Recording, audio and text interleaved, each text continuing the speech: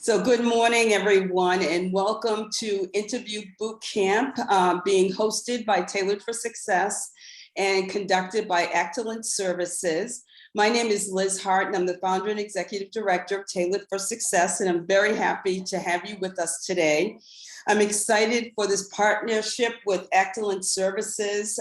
This is the second session of our three-session webinar series on interviewing and getting people ready for the interview process. Again, if you could just put in the chat, if you get a second, to let me know where you're calling in from, that would be great. Again, today's webinar is going to be recorded, and all slides and handouts will be distributed at the end of the series. So be on the lookout for that.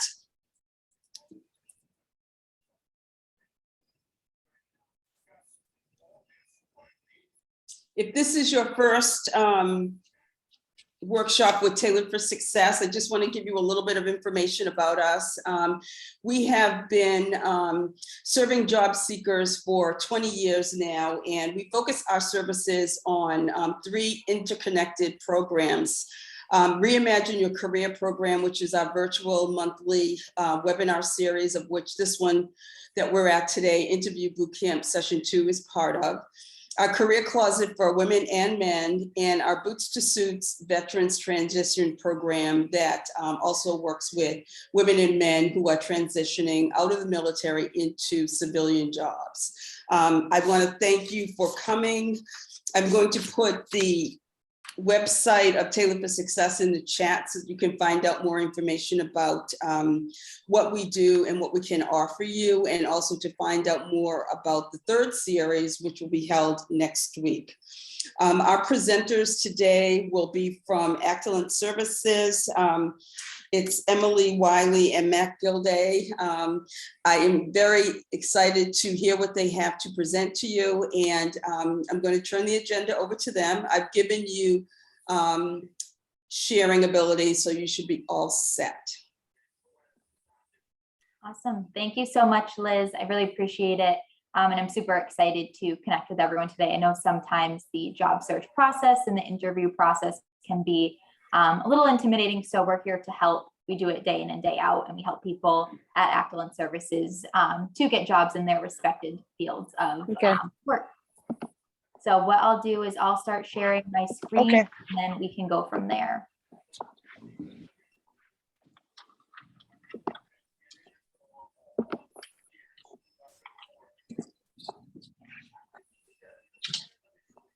Are you done? All right, can everyone see this? Are you done? Which up you? I don't think I'm really done. Yeah, if everyone could mute themselves except for our presenters, that would be great. Emily, I don't see your screen yet. It says that I'm screen sharing. Okay, hold on, let me see. Now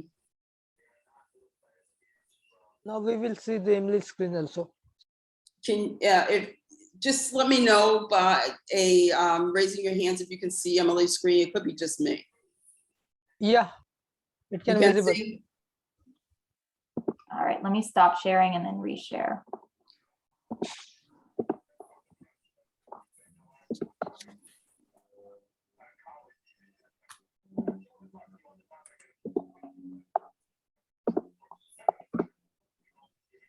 How about now?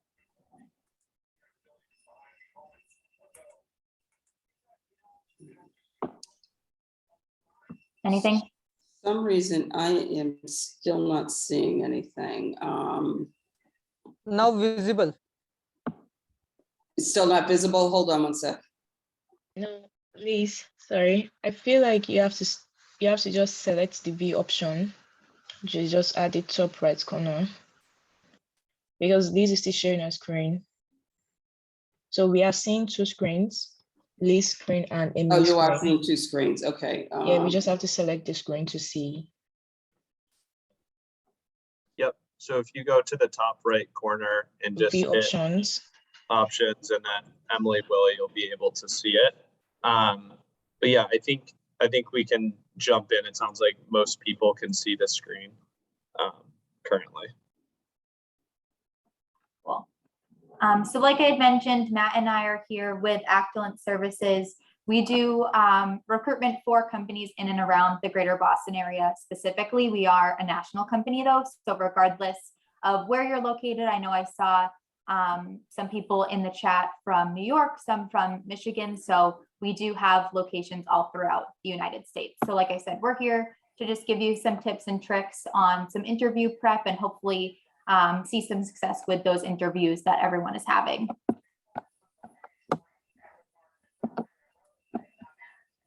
So for starters, we can do some quick intros. My name is Emily. I'm a scientific account manager here in the Boston area. I've been with Actilent about 3.5 years now. I'm from Newburyport, Massachusetts. I don't know if anyone else is from Massachusetts or not, but I've been in Massachusetts my whole life, live in Boston now. And like I said, I've been with Actilent for 3.5 years. So I recruit for a lot of the biotech pharmaceutical type roles. So lab technicians, scientists, research associates in and around the Boston, Cambridge market. And Matt is my partner. He's been with the company for a little bit longer than I am. So I'll kick it over to Matt to do a brief intro as well. Awesome. Well, we feel honored to be a part of the presentation today. If you have comments, questions, or things that you would like to comment on, feel free to use the chat and we'll definitely get those answered. Been with the company for about 4.5 years. I grew up in the Michigan area, went to school in Virginia, and now I'm here in New England. So as Emily said, we're a national company, and really what we're going to talk about today is more just general tips to help you prepare for any sort of industry and interview that you might be getting into, and helping to support people. I think Emily and I are extremely passionate about helping others and start their career in whatever field that is, and that's kind of why we go to work every day. So again, thank you for your time and look forward to this event.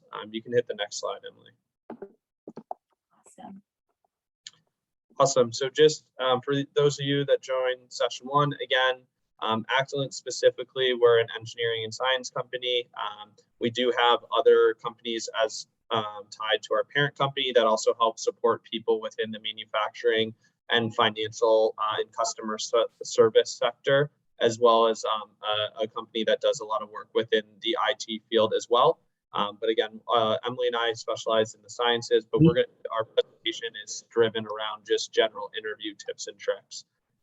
So yeah, you can hit next slide. So for the agenda today, we've touched on it briefly, but we're basically going to dive a little deeper into how to prepare for an interview. So very generalized. It doesn't matter what type of role you're interviewing for, what industry you're in. These are general tips and tricks that you can take away and implement what works for you as you interview for whatever job it may be. So we're going to touch base on knowing the job description, researching the company, logistics of the role, and then dress to impress. And then we'll end it with any questions or closing points. Awesome. You can hit the first one. Yep. So part of a successful job interview and in your preparation is understanding the job that you are applying for. That's kind of step 1. So it's really important going into an interview upon receiving an interview request, which is exciting, to understand some of the specifics of the job description. Generally, job descriptions will have a little bit of summary about the company and the role and how it ties into the organization or the team. From there, generally you can kind of read through and catch some key words that people would be looking for. So potentially in a customer service role, you might see a certain amount of inbound or outbound calls. For a science role, you might see, specific instrumentation experience or, cell culture. For a manufacturing role, you might see, clean room assembly, calipers, depending on sort of the instruments and again, role that you're looking for. But generally, if you start to see those kind of key characteristics multiple times, you know that a question is going to come from a technical skill set, so it can help you prepare. When we're talking about soft skills, those are more of the behavioral questions, right? Those are more of the personality traits that they might be looking for. So within a job description, you might say, if it's a manager position, for example, you might say, hey, we're looking for people that have managed other individuals before, that's a team player that can give and receive feedback. It's highly likely, if they're putting it on the job description around those characteristics, that they are going to ask questions around those key metrics, right? So for example, they might ask, hey, walk me through a time where you managed a team. Tell me about a time that you were able to, be a team player and work as a unit to accomplish a task. And again, the preparation of this is to help you think about potential questions that could come your way for an interview, so you're ready to practice them. You can have them written down on a piece of paper. You can say them in the mirror to friends and family and be able to crush the interview. The last thing is looking at the job description, anything on your resume or previous experience that you can bring to the table and think about, or kind of some examples that you would want to jot down. So like I said, from a technical perspective, if it's, working with cell culture and you've done that before in your career, or if you've done, a lot of outbound calls and this is a high volume outbound customer service role, you being able to speak on that. Hey, in this job, I did X, Y, and Z, and helping you to prepare for the type of answer. And again, thinking of some of the situational questions from a soft skills perspective is extremely useful, because it can always be a little bit tough to think about those things on the spot. I know personally through my interview experience, whenever I've prepared and kind of have some situations or tasks that I can pull from, it generally leads to a more successful interview than if I'm just trying to go off the top and think of different experiences that I have. So looking at the job description not only helps you understand exactly what you're applying for and what the day-to-day responsibilities are, but it will also allow you to help think about some of the potential questions that employers will ask you, so you can best prepare for the interview. So I will kick it over to Emily for the next slide. And then continuing off of what Matt said, it's just so important to obviously understand the job description, one, so that way you can best prepare on your end for potential questions they may ask you, but also you can play that matching game. If they're listing out, like Matt said, the requirements for the role, say that there's 4 or 5, that's a really good way for you to directly align those requirements for this position to your exact experience. So they might be trying to figure out, like, okay, why would the employer be looking for this skill? They're looking for someone that's organized, someone that's worked in a high volume call center, because that's what they're going to be doing on a day-to-day basis. Chances are, if you've had that experience before, or if you've done that type of work and seen success, that will probably translate over really well into this next position. Another thing, like Matt said, is some of those questions you can gauge what they're going to be asking you. So we call them the TED W questions. It's tell me about a time where you were working in a high call center or high call volume environment. Explain to me a time, walk me through a time. Those are probably types of questions that they are going to ask pertaining to the job description. You can kind of prep yourself beforehand, so that way you are, you already have the tools, the tricks to answer those questions and make it as seamless as a conversation as possible. And then also another thing that you can utilize is the little intro. Typically in a job description, you'll have a brief summary, probably a little bit of information about the company, about the day-to-day, and then at the very bottom will be the must-haves, and then any of the additional requirements for the position. So just having a firm understanding of that job description is going to be a really great way for you to come prepared, have the right questions to ask the interviewer, but also be prepared to answer any of those questions that they're going to ask you.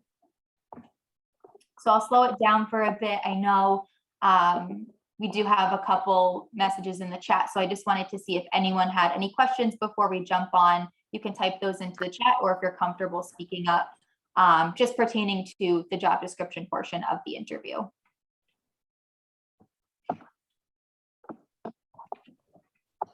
You can feel free to unmute yourself to ask a question. I think I can move us to the next slide in the meantime. Awesome. Yeah, and again, please feel free to throw anything in the chat. We're happy to answer it as questions come up live on the call.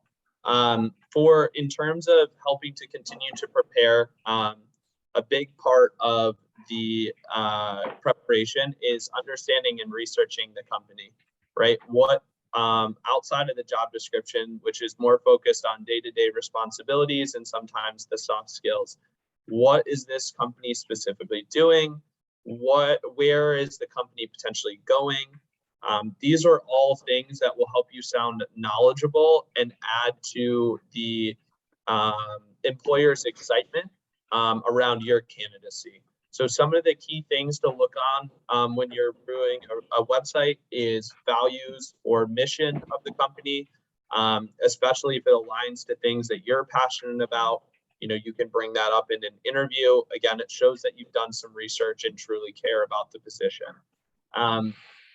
You can also better understand some of their product lines. What are they specifically making? What are they looking to make in the future? And where the company's going. And then I always really like to look at news articles. Hey, has the company been in the news for good things? And that's stuff that you, again, can reference in the right situation on the interview. As you're interviewing, it's important to understand who you're interviewing with. I think we're going to go a little bit more into that on the next slide. But who works there? What are they posting about? What is their career path? Are there any articles tied to the company overall that you could research? Again, this will just help have a comprehensive understanding of the position overall, and give you some perspective into the company that you're researching. Because as much as the employers are looking to find you, it's a very candidate-driven market right now. So from an employee perspective, this is a great time to be on the market. There's about 5 to 1 jobs to candidates available. Job searching is a full-time job and it's really challenging. But right now, employers are really looking for great people, and they're becoming a little bit more flexible in who they're hiring in the interview process because of that. But it still is really important that you show up well, that you do your research, and it will go a long way to helping you get the position. So with that, I'll kick it over to Emily to talk about the next slide. Awesome. So branching off of what Matt had said in regards to researching the company, I think it's just super beneficial for all parties involved to understand who you're interviewing with, look into the company, like Matt said, but also look into the person. If you have a LinkedIn account, that's a great tool to use. You can find related articles on LinkedIn. You can learn about the person, and a lot of times you'll find that you may have something in common with that person that you can leverage in that interview. And that just warms up the call a little bit. It makes it more of a lighthearted conversational environment, and finding common ground oftentimes helps to build that relationship and leave a lasting impression. So I would highly suggest before you interview, even if you don't have a LinkedIn, look into the person that you're interviewing with. A lot of times, if it is like a 2-round interview or whatever it may be, the hiring team will not always, but sometimes be listed on the company website. So if you don't have LinkedIn, definitely look into company website as well. You should be doing that regardless, but look into the person who you're speaking with, figure out what their background is. This will also help you come up with a couple questions that you can ask that person in the interview. So how long have they worked at the company? Do you have any of those common connection points, like I had mentioned before, that help build and kind of extend that relationship just past the interview? Figure out what their role is and what sort of questions you would be receiving from them, but also what sort of questions you could be asking them as well. Because like Matt said, just as much as this interview is for this company, it's just as much about you. Yes, you obviously want to get the job, but you want to get as much information as possible, not only to show your engagement levels and your interest in the company, but to also make sure you are, if you do accept an offer, you are moving forward with a company that aligns with your goals, your skills, and your general interests. So by looking into the company, by looking into the person that you're speaking with, like I had mentioned, obviously it just helps you come into this interview prepared, but also there's a lot of different questions you can ask based on the person. So if you're meeting with someone who works within human resources, a lot of times they will be asking more of like the behavioral questions or more questions pertaining to the company culture. And for example, if you're interviewing for a manufacturing role and you're meeting with the manufacturing supervisor, they will most likely be asking probably a combination of the two, but they can definitely answer more of those technical questions or those questions related to the job description better than someone in human resources, just because day in and day out, they're going to be overseeing you and your work. So just figuring out specifically who you're speaking with.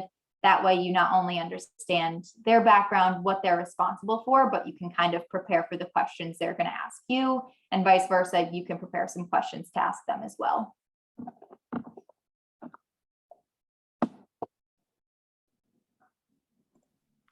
Awesome. Generally overlooked thing in preparation for the interview is understanding the logistics of it.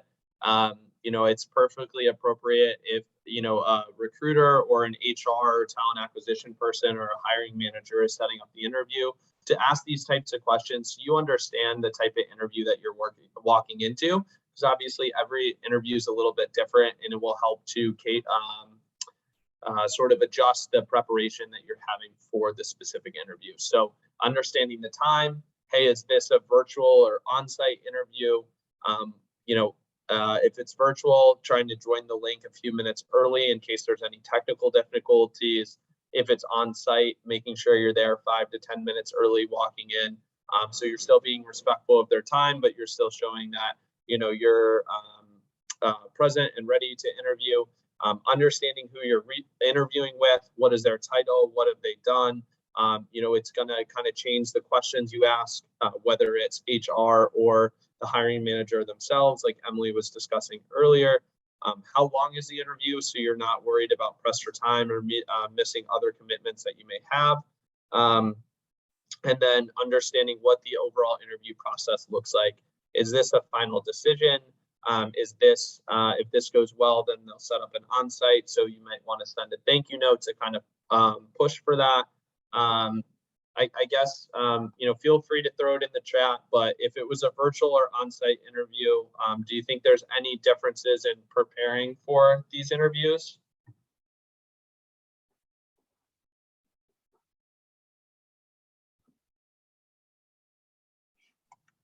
While we wait for kind of folks to think that through, I can kind of add some perspective. So again, just for virtual or on-site, it's totally appropriate to have like a notebook written down, both the questions that you want to ask at the end of the interview, as well as having some notes written down, like about the value, the mission statement, examples that you want to have around, strengths, weaknesses, stories that you could share about being a team player or overcoming adversity, or those sorts of things. I think the biggest thing for the virtual is just making sure that, you're working through any potential technical difficulties, because if that's happening, it can create some stress and, really kind of affect how you interview. It's totally appropriate to have like a glass of water next to you as well. Obviously, don't chug water during the interview, but water has been shown taking a sip to help calm your nerves when you're speaking to an interviewer in an interview setting. So feel free to do that. It does help kind of calm you down if you are feeling nervous. If you're feeling nervous, that's a good thing. It means you're excited about the interview. So for an on-site interview, again, some differences might be just kind of fully dressing professional, dressing for the role that you want, dressing up for the role that you want. Again, having that notebook, having questions prepared. Generally on an on-site, you might get a tour of the facility or the department or office, depending what industry you're in. So you're able to kind of ask questions surrounding that, both on kind of the personal and professional side. So those are some things that might be a little bit different in the preparation, but the overall structure is very similar. So with that, I'll kick it over to Emily.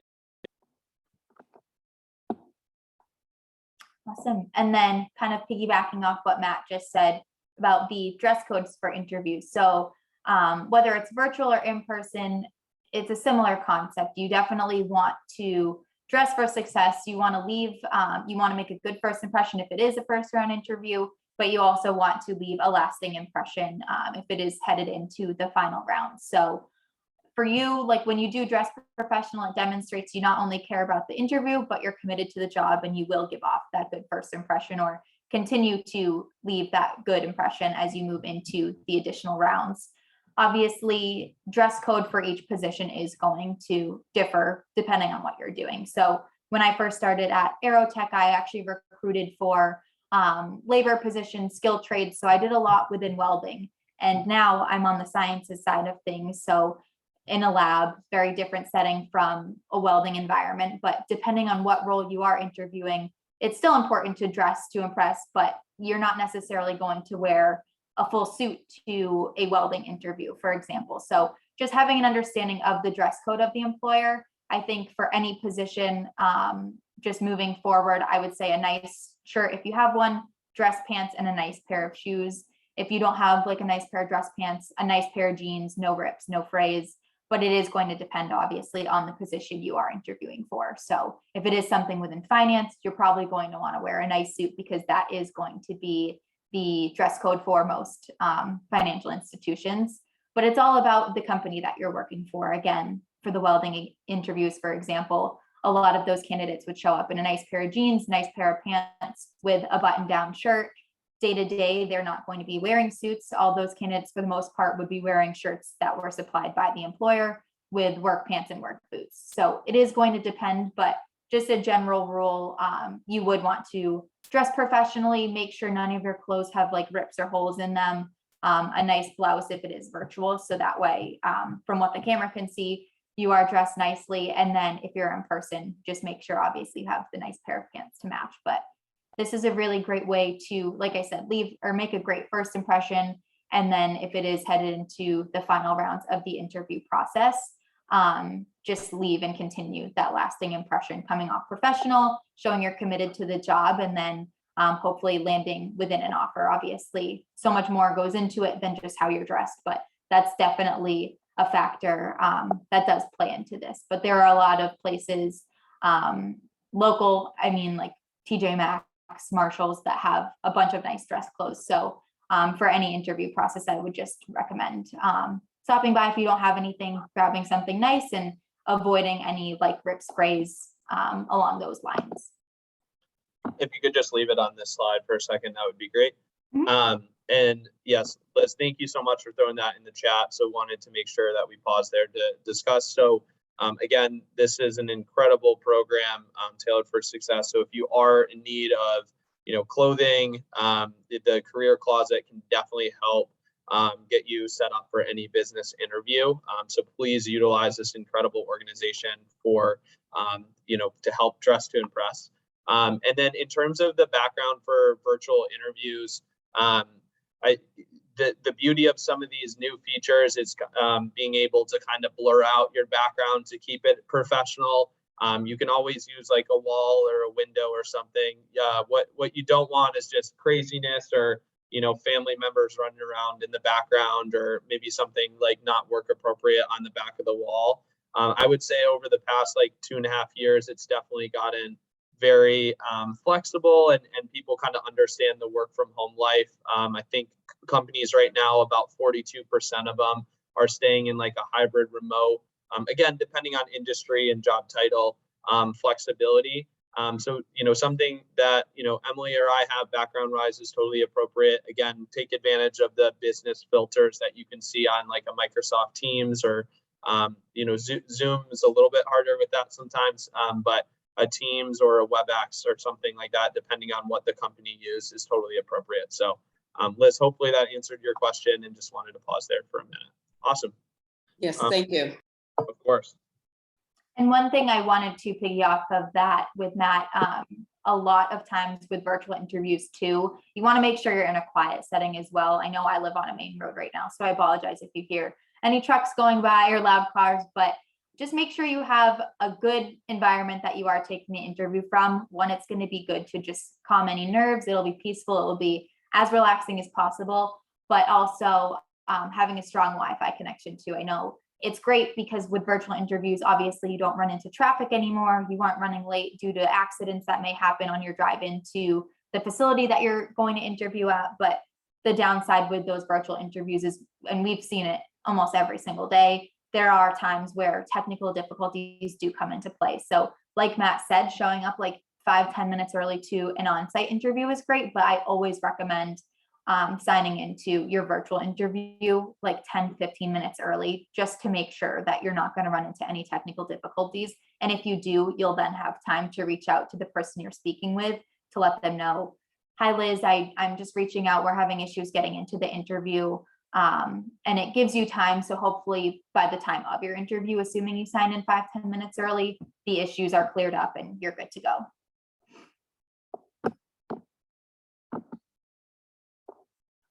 Awesome. So that concludes our portion of today's presentation. So we just wanted to open it up to any questions, and it could be pertaining to any other part of the interview process. I know there still is one more session, so we don't want to take away from those presenters, but any questions from today's session or from last week's session, or just in regards to the job search in general, we're happy to get those answered for you all.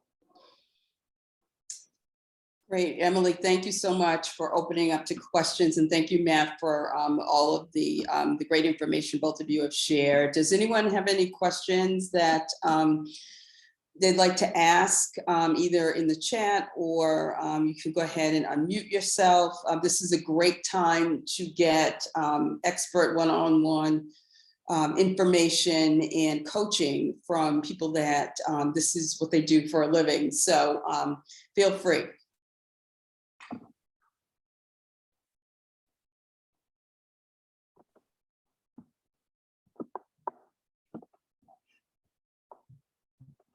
And we've included our emails here too. So if you guys are nervous to speak up, I know it's definitely intimidating in front of everyone.